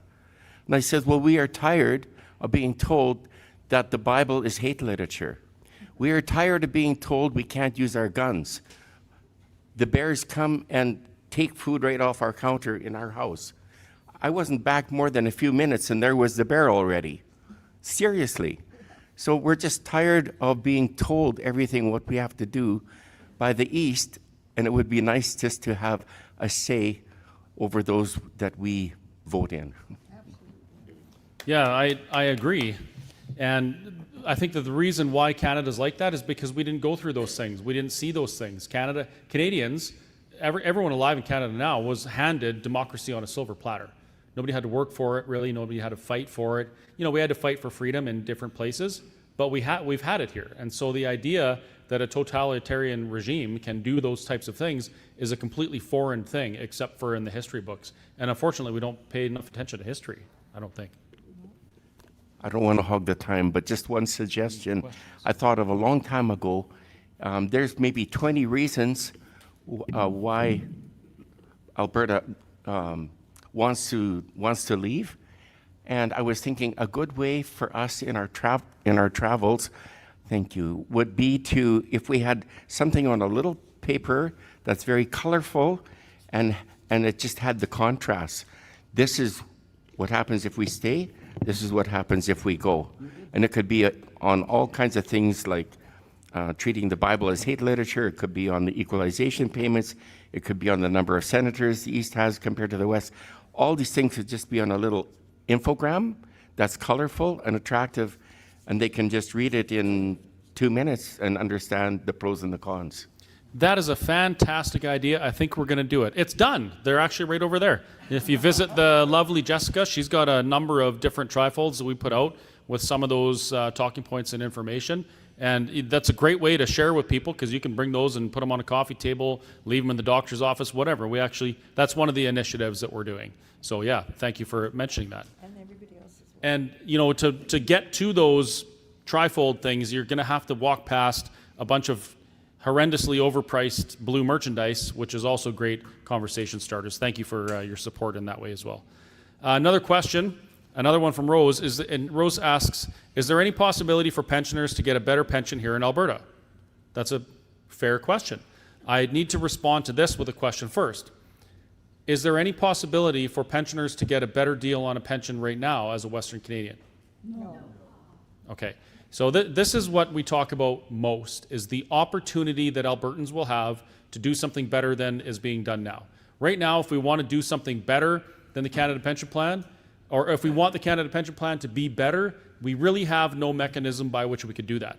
Because we could elect people in Western Canada till we're blue in the face, and at 8:09, before our ballot boxes are open, the election's called, and we're along for the ride. So, what could we do in Alberta? Well, Alberta overfunds the Canada Pension Plan by $3 billion per year. $3 billion. So what we take in to what we pay out, there's a $3 billion difference. That $3 billion goes to fund CPP in other parts of the country. So right off the bat, even if Alberta started at zero, keeping in mind that the Canada Pension Plan right now is a money in, money out. It's not a huge investment fund like people think. It's a revolving door. If we had everything the same, we would be banking $3 billion a year, starting from now. According to the legislation that governs the Canada Pension Plan, and by the way, this part of it was advocated for by Ontario, because Ontario believed that they would be holding the bag for pensions, and so they wanted to make sure they had an exit clause. Well, the exit clause says that if any province wants to withdraw from the Canada Pension Plan and do their own pension plan, which is our constitutional right, they would be entitled to what they contributed minus what they received and the interest earned on that money. Well, when you do the math for Alberta, that number is $343 billion as of last year. Now, the chief actuary in Canada said, no, we couldn't possibly, it's not that number, even though that's what the legislation says. Not legislation that we asked for, Ontario asked for it. So, assuming we started with $143 billion, which is half of what the math says we're owed, and everything stayed the same, does anyone in this room believe that we would have opportunity to do something better for our pensioners now? Yes. With $143 billion, we could almost fund the entire pension plan by managing that $143 billion responsibly and earning a return on it. We almost could do that. And so your contributions would be much lower. Or we could increase pension payments. There's some estimates that say we could cut the input by half and we could double your pension payments and still be head above water with the pension plan. So short answer, absolutely. There is a very, very real possibility to do something much better for our pensioners than the CPP does, and all we have to do is take it. I love that question. Why can't you give us solid figures on that answer? Say that again? Why can't you give us some figures on what the pension could be? Why can't I give you some figures? Give us some numbers on that. Well, I kind of gave you some ideas. I can't give you exact numbers. I'm not an accountant. I'm not an actuary. Well, how can you be talking this and we don't know what to think of it? Well, you can find all the information in the LifeWorks report. The LifeWorks report was commissioned by the Alberta government under Jason Kenney, and they dug into the numbers, and they published a full publicly available report on all of those numbers, what could be the contributions and the checks, and it's available online on the Government of Alberta website. Well, why is it you're not telling us anything? Well, I just told you. Give us some of those numbers. I just told you. No, you I said didn't. by some estimates, your contributions could be reduced by half, and your payments could be doubled, and we would still have our heads above water. Awesome, awesome. That's with half of So what whatever you you're figure getting they paid owe us. now, you get double that, and whatever you're paying out, you'd only pay half of that. If you're working. Yeah, and if you want to see, like, don't take my word for it. Don't believe what I'm saying. Go and look at the report yourself. It's available for you to see. So who did this report? It was actually a liberal accounting firm that did it. It was a Deloitte? I believe it was Deloitte.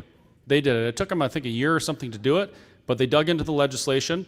They crunched all the numbers like accountants do, and they came out with that report.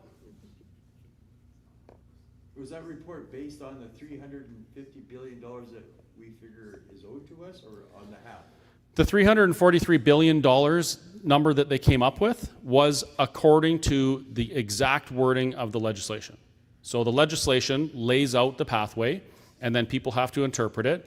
Deloitte interpreted that legislation, and they came up with those numbers. It wasn't something that the government came up with or we came up with. This is something that a third-party firm came up with. And after that, the country kind of blew up and said, well, how dare you, Alberta? How dare you claim 50% of what over 50% of what the CPP fund is? It's like $780 billion. Why do we get 343 if we're only 15% of the population? Well, my question is, if we're due 343 billion according to the legislation, according to the math, it's the easiest language to cross barriers. I would say, where's the rest of the money? Yes. Like, where did it go? If all this money has been contributed and our pensioners are not getting treated very fairly, they're not getting, not a comfortable pension, where's the rest of the money? That they do in Parliament, that's for sure. That's right. So how many, what's the number of people that contribute CPP premiums in Alberta? I couldn't tell you. Well, that's what I'm asking. So it's pretty easy to calculate how much the average contribution would be, and then you'd know just how much money you're taking into the pension fund. And then after that, how many people will be withdrawing from that fund? Well, I can tell you that we contribute about $9 billion, and our pensioners get about $6 billion. There's about a $3 billion difference that leaves Alberta and never comes back to our seniors. I can tell you that. And I would, if you're interested in this, which it seems you are, I would get that LifeWorks report and check it out. Everything is in there. LifeWorks report. LifeWorks, yeah. It's published on the Alberta government website.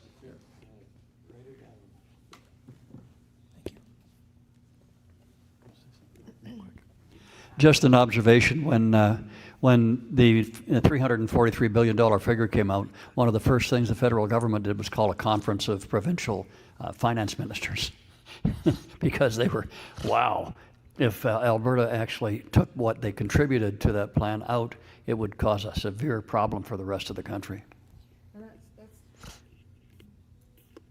It's actually more for us because per capita, we contribute more.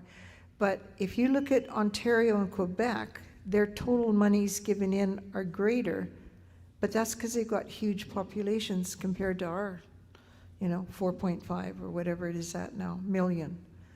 So we do. Yes, that's right. We have a younger, and our younger people are not all doing, entry-level salaries. We have some highly paid youth, if you're looking at the 18 to 25-year-olds, and it bumps up our average way up. Any other questions? Yes. There we go. I have, what's going on? Hello? Okay, there we go. Yeah, I guess maybe I have a little bit of a background before I ask my question, because I attended the University of Ottawa in 2011 to 2015, and my degree was Canadian Studies and Indigenous Studies, and Stephen Harper was Prime Minister at the time. And I believe when he got there, he tried to do right by Alberta. But as soon as you get into what I learned when I lived there for 4 years, is that cesspool of government of Canada, you get corrupted, especially by the Laurentian Group and the PMO office. So he got corrupted and he couldn't do anything for us. So anyways, my grandson wants to know who is going to be the Premier of Sovereign Alberta. How old is he? He's 21 and He can run. he's a liberal. He likes Carney. I've been trying to change his mind, but it doesn't work. I just want to pick up on one thing you said. I would prefer not to say that Harper got corrupted so much as Harper got wise to how prime ministers are elected. The seats for both parts of our House, but especially for the House of Commons, are not, we think we have representation by population. We don't. In fact, the maritime provinces all have they only have one, but they have too many seats for what their population demands. Mm-hmm. We in the West have too few. The same thing is in the Senate. They have populations that are less than, some of them, 1 million, and they have the same 6 number of seats in total that we do in Alberta. And we've got, in fact, they're less than 100,000 down there, aren't they? Some of them. So when John usually talks, he says, any representative figures out within the first week of being there that it's their job to get back in office. And so they do what is expedient. Mm-hmm. Yeah, I totally agree. So, yeah, living there for 4 years, it's definitely a different culture in Eastern Canada. And because I'm bilingual, I wanted to work for the government of Canada after I finished my degree. But after living there for 4 years, I thought, I'm out of here. I'm going back west. So it's very different. I want to ask you one question before you put it away. How were you treated as a Westerner in that establishment down there, even though you could speak French? Oh, funny you should ask that. So I went to the post office, I went to get my driver's license from Alberta to Ontario, and I speak French, so I did it in French. And she looks at my driver's license and she says, "You're from Alberta?" And I go, "Yeah." And she goes, "How come you speak French so well?" I said, "Because it was my language I learned at home, because my grandparents were from Quebec, but I took some classes with people from Quebec, and we were just talking one time, and they go, 'Oh yeah, Quebec and the ROC.' And I said, 'What's the ROC?' 'Quebec and the rest of Canada.' So I learned that too. I was in Ottawa on that convoy, and I think the second day there, all the French truckers were there, and I never got hugged so much in my life. Yeah. When they found out But the French truckers are, in that, for what I see, was quite a bit different from some of the people. And there's some nasty people in Ottawa, I can tell you. Some people that live there. But yeah, I ended up with a bunch of stickers. I used to have them on my truck still. These French stickers from these French truckers.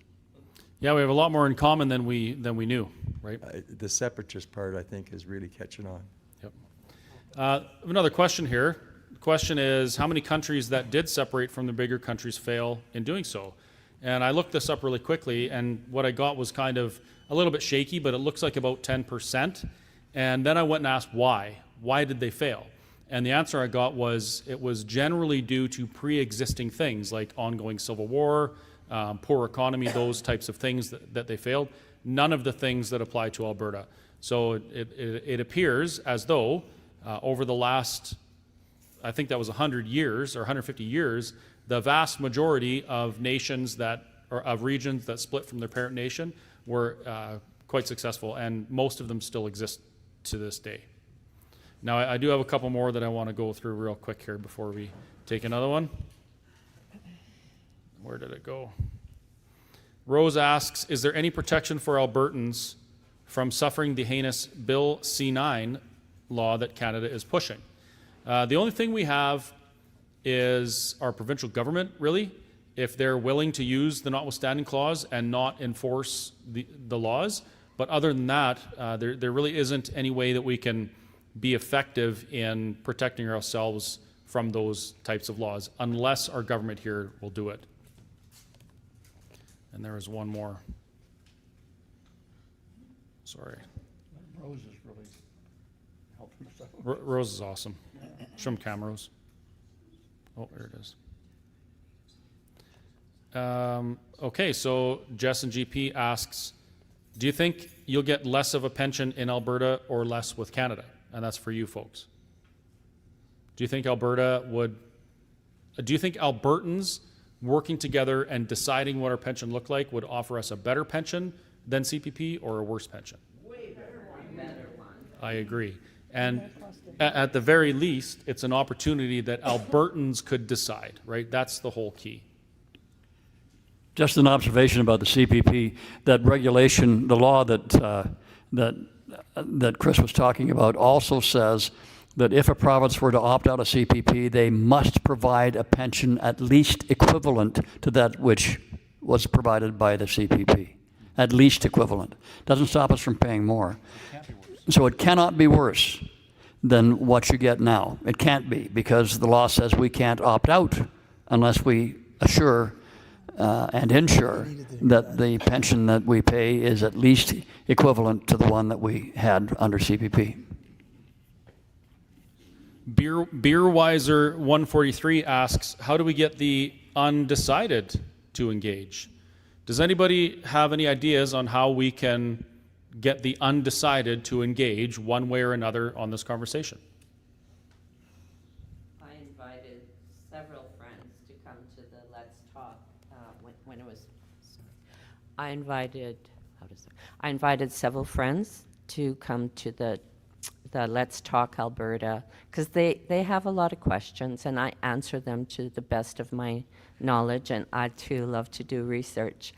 It was going to be in Sexsmith, and then that one got canceled, right? But they weren't coming. They just, oh, no, we don't want to get involved in politics. And I said, well, even if you don't want to get involved in politics, politics is going to get involved with you. And then I brought C9 up. And that's a great point, and that's fair. A lot of people don't come to these things. So then what do? We have to become ambassadors for the conversation ourselves. We have to be able to answer these questions where the people are at, because they won't all come to these meetings. Probably less than 0.5% of Albertans will come to these meetings. But the people that come, if you guys educate yourselves on these things and don't take our word for it, research it when you get home, look it up right from the source documents, then you can answer those questions, and those people will get the answers and the conversation they need as well. That's a good question. Well, if if we separate, I mean, we're not going to pay Canada all this money and then get a little twiddle back, and they're going to give India $8 billion or $800 billion, and France $800 billion, and everybody else all this money. I mean, that's going to be money in Alberta. We don't even have to improve what we do right now. We can actually cut back on how much oil we produce, how much, become a self-sufficient country first, and then sell to the world what we want, not suck hole to the world to sell what we need. And so we can cut back on our income tax. We can cut back on our what we pay the government in taxes. Oil, everything should pay our taxes. We shouldn't have to have a tax on our buy and sell. Well, if you want my opinion, I agree. I think income tax is immoral. I don't think any man or woman should be compelled to give what they earn, the value they create. Like your paycheck, it's not just dollars. It's literally like, it's a metric on how much of the time of your life you've given up, right? That's what it is. And nobody should be compelled to give that at all. There's other ways of generating revenue, and you've described some of them. I'm an advocate for a consumption tax on a sliding scale. So like, you buy a Lamborghini, you're going to pay a lot of tax. You buy groceries, you're not paying any tax. You buy a ski boat, maybe you'll pay a moderate bit of tax, But there are better ways to do it. And the opportunity is that Albertans for the first time can decide. Well, we don't need a government of 400 people to tell. Bingo. I mean, that's the whole problem we got. We got way too many people in our government telling a few people what they can do and what they can't do and how much taxes they're going to pay. So we would save money hand over fist if we had people in charge that knew what they were doing and weren't there just to fill their bank accounts. Conservatives are all about small government, right? Right? Usually, that's part of conservatism. The NDP hired 46,000 public servants when they took office. How many did our conservative government fire? None. Zero. None. Zero. None. Isn't that interesting?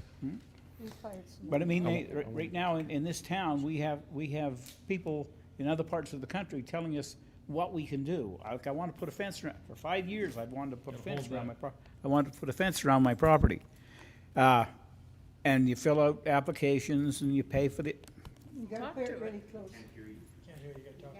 Yeah, you gotta talk to her. Fill out the application. Is that better? Yeah. Anyway, they fill out the application, you pay for the application, and then it goes to council, and I'm sorry, no, we can't do this. Well, then. It's your land. It's and we have not. to- No. But it ain't, Not in no. this country. But it's not. And if you go ahead and do, according to them, I put it up 3 years ago. I put the fence up. They made me take it back down. If I didn't take it down, then they would have a contractor come and take it down, and I'd get the bill. I said I did not buy a piece of property to have some total stranger telling me what I wanted to put on it. Well, I hate to tell you folks, but you don't have property rights in Canada. It was specifically excluded from the Charter Rights and Freedoms. It's not in the Constitution. And when you buy land here, you're not buying land. You're buying the feudal rights to exist on that land and transfer the title to somebody else. That's why it's fee simple. You do not own the land. If you did own the land, they wouldn't be able to take it from you if you stopped paying the tax on that land.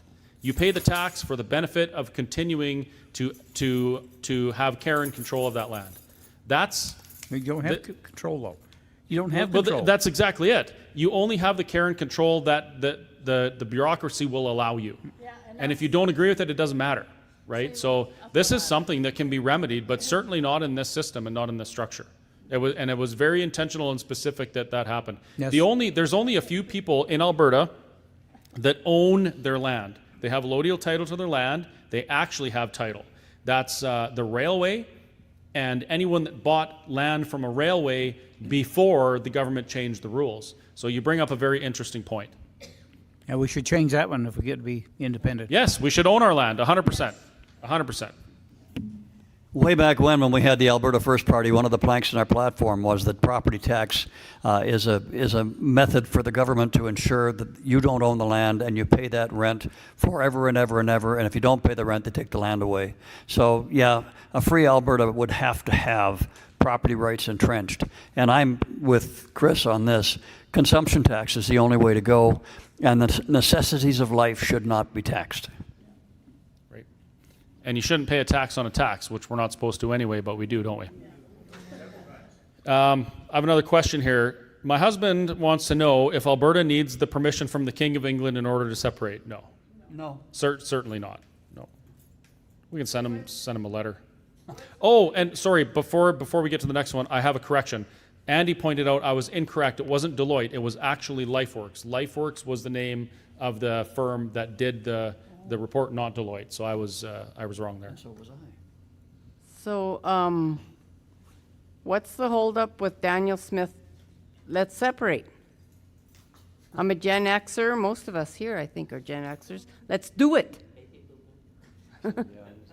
Well, it's only going to happen if we make it happen, right? We have 5.5 million people in Alberta and growing, 2.8 million electors, and they each have a say.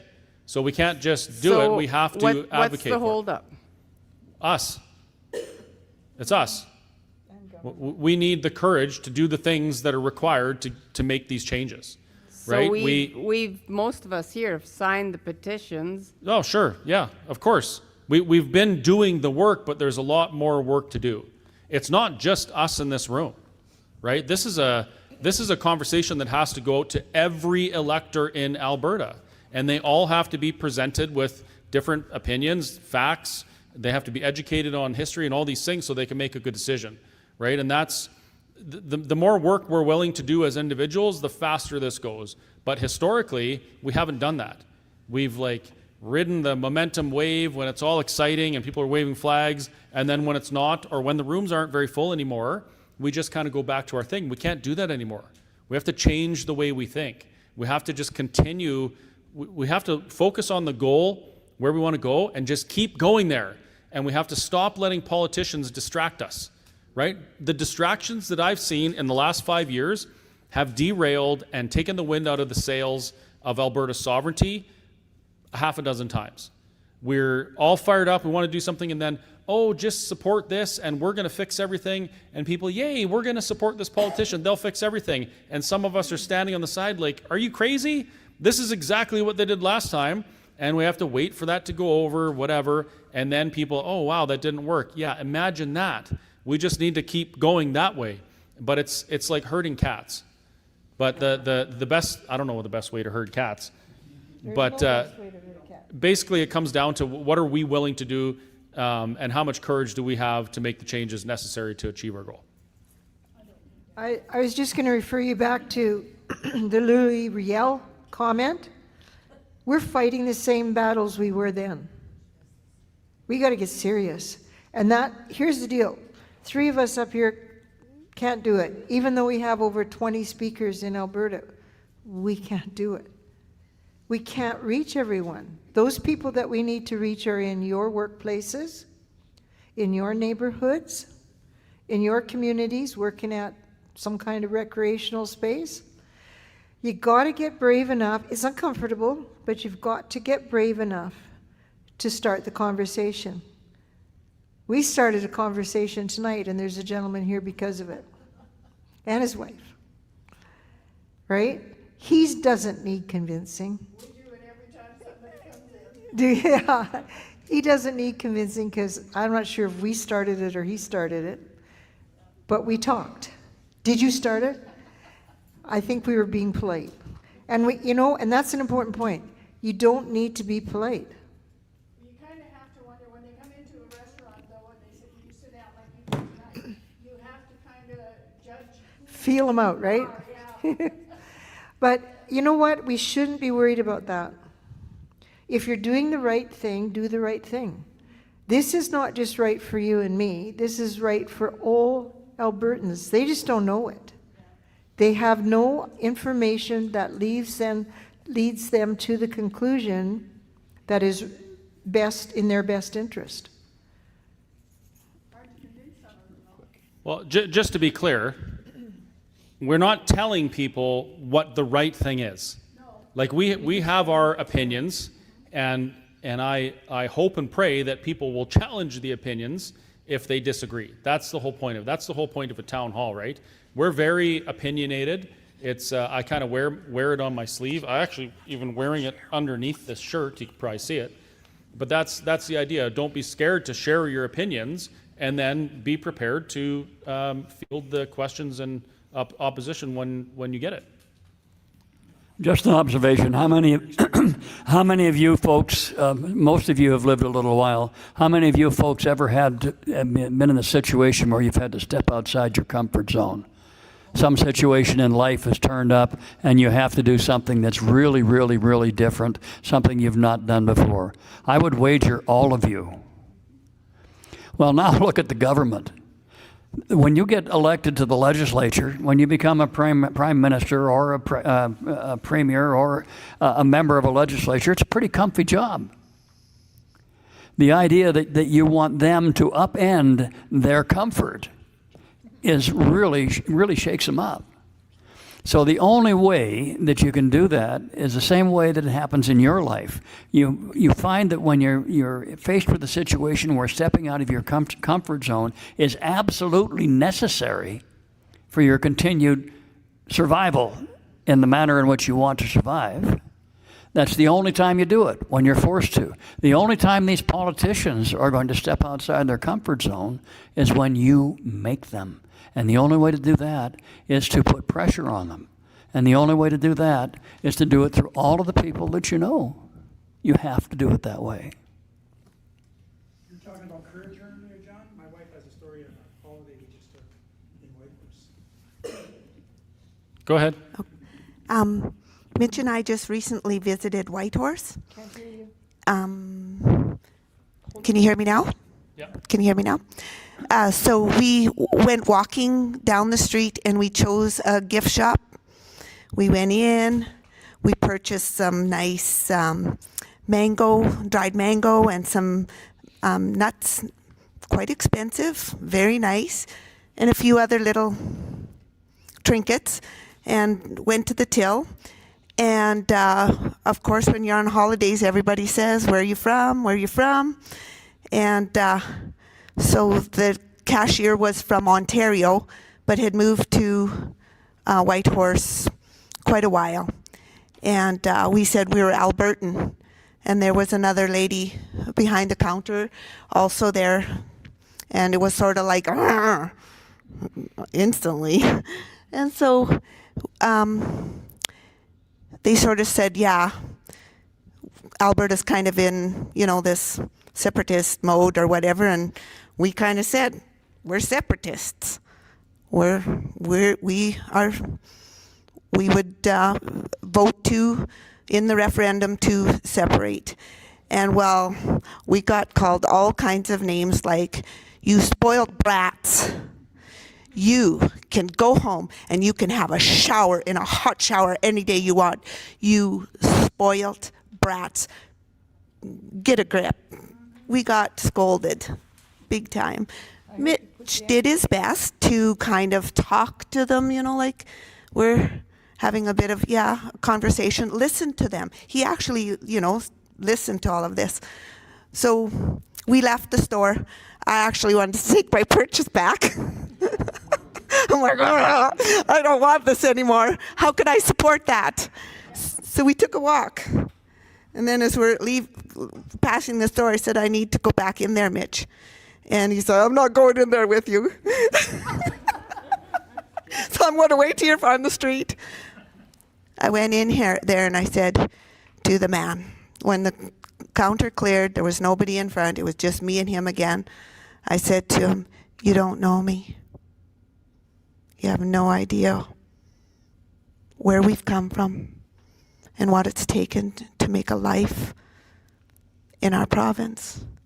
And you get to have your opinion, but I need you to know that we're done. What else did I say to him? You said he's the reason. Yes. Oh, yes. Okay. sorry. Good thing I have a husband. You're the reason. You didn't convince me. You had every opportunity to make me feel warm and fuzzy to want to stay in Canada. You gave me every reason. I know which direction I need to go now. You solidified it, which direction I need to go. And I will be voting to separate. And I walked out of the store. Yeah.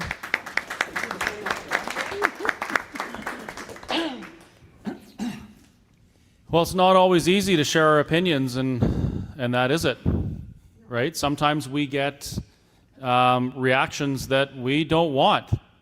And what do we do about it? We can't control what other people do. We can only control what we do. And how we respond, and how you responded is much better than I would have. I can give advice and tell people how this should go all day long, but when I'm in these situations, I fail all the time. I am a hothead. I have a very difficult time with people gaslighting me and talking to me like that. And there's lots of times where I have an interaction and I wish I could have handled it differently. I'm still learning. Well, thank you. You're biased. What I'm trying to say is, none of us are perfect. We're all learning. This is the first time we've done this, right? This is the first time we've talked about these things and had to have these difficult conversations. And I think being able to get in rooms like this and share stuff like that is super, super important, because that's encouraging to hear how you dealt with that. I might have done something differently. I don't know. But now, when I'm faced with something like that, I'm going to think about what you said and how you dealt with it. And that'll be with me. So thank you very much.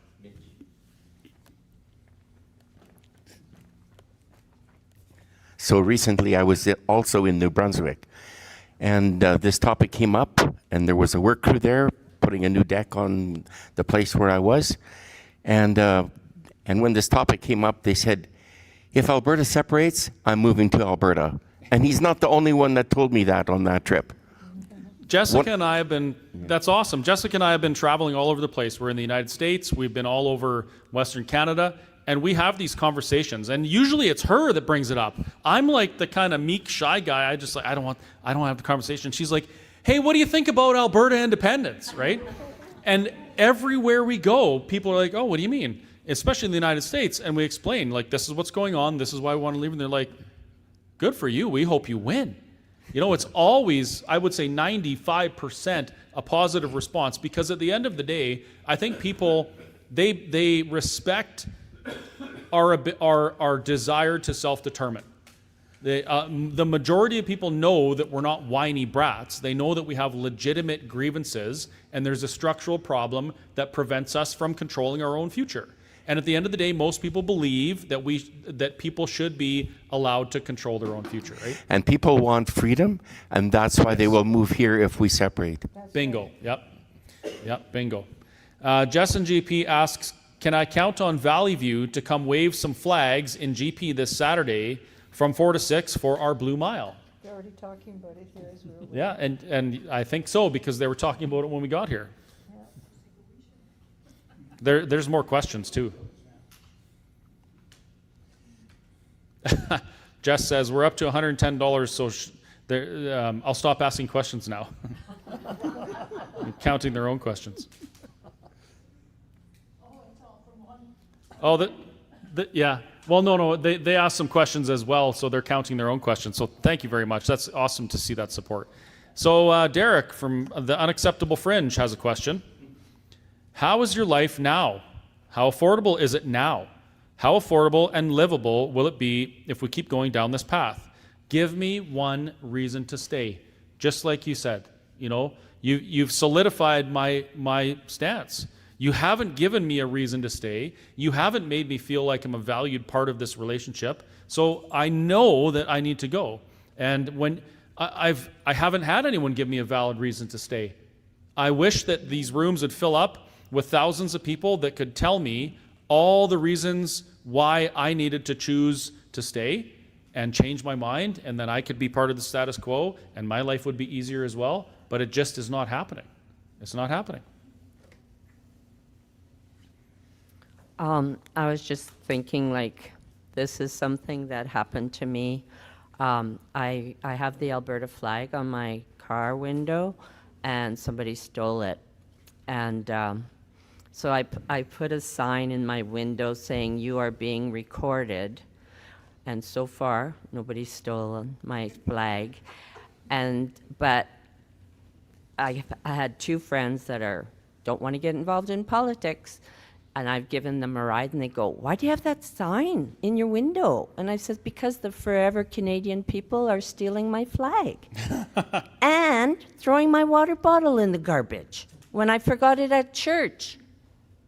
And I come back, I go, "Where's my water bottle?" And this guy said, "Oh, somebody threw it in the garbage." I said, "Oh, yeah, those Forever Canadians." So my friends who are, like I say, don't want to get involved in politics, they're going, "Well, that's just not right. Everybody gets to have their opinion." And I'm going, "Yeah, but it's those Forever Canadian people." Oh, they're also been fiddling with my windshield wipers. So my grandson says, "Grandma, just take it off." And I said, I have an opinion, and I want an independent Alberta for you. Me, I'm on my way out, but I'm doing this for my grandchildren. Mm-hmm.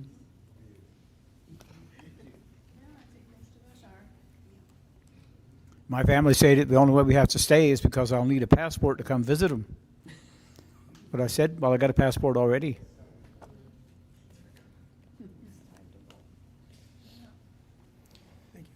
There's a couple more questions here, and I want to get through them because they're all worth $10. Thanks for coming, guys. He's in it for the money now. So the Schwartz Awakens. Anyone seen Spaceballs? Yeah. A long time ago. The Schwartz Awakens says, "What does the average Alberta know that the Indigenous don't know? Why at this point do they need to be consulted? That's more than average Albertans. What does the average Albertan know that the Indigenous don't know? Why at this point do they need to be consulted more than average Albertans?" I think that you had two questions run together there. Just read the first one. What does the average Albertan know that the Indigenous don't know? That the duty to consult is only if you have a project. It's not an election, because it's otherwise they can question anything.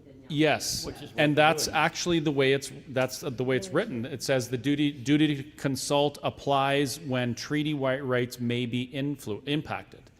Any provincial election could impact treaty rights. That's a fact, because one government might be more willing than the other to approve projects. And then Neil Smith could say, "Oh, we're going to do this," and then they could say, "Oh, but you didn't do to consult us." Like, can you imagine? Our government would not be able to move forward because they have all these duty to consult for everything and anything the Indigenous people decided. You can't hear her.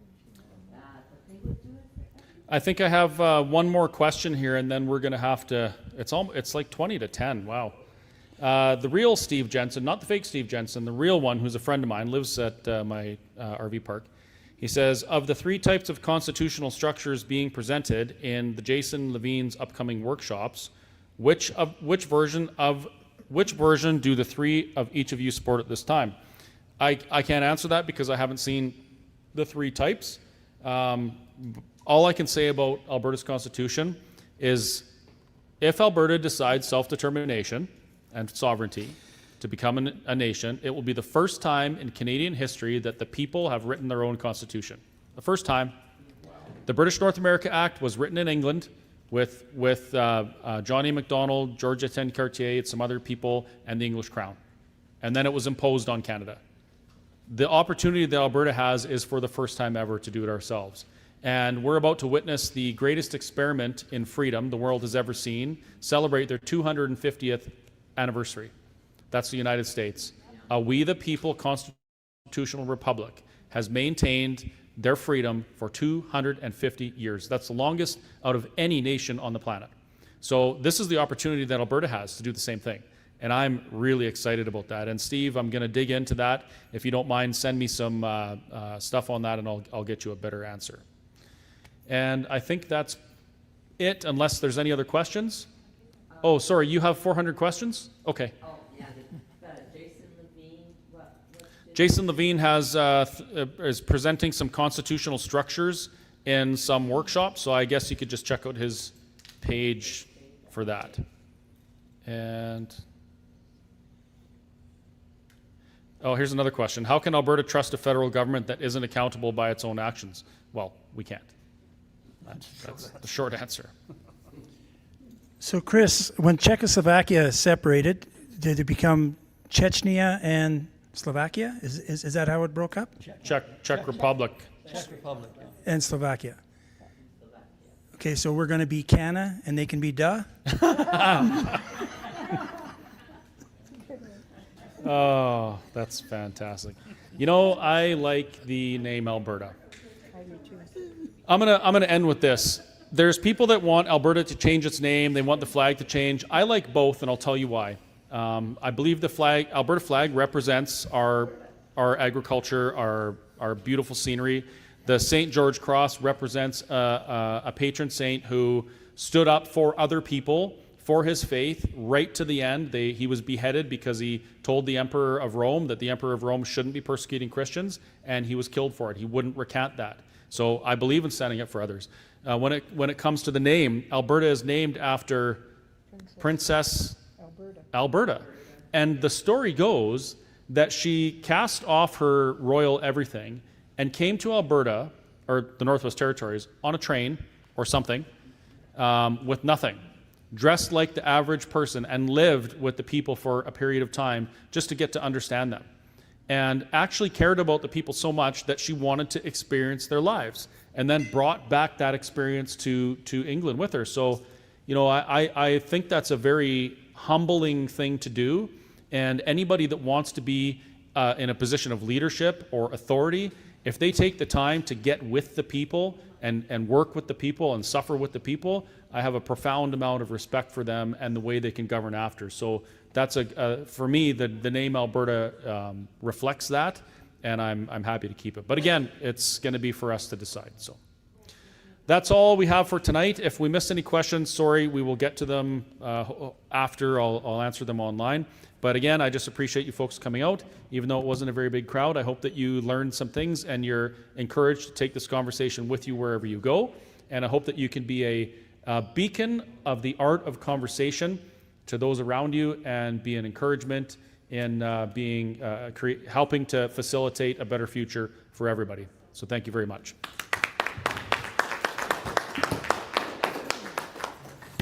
Thank you for doing this.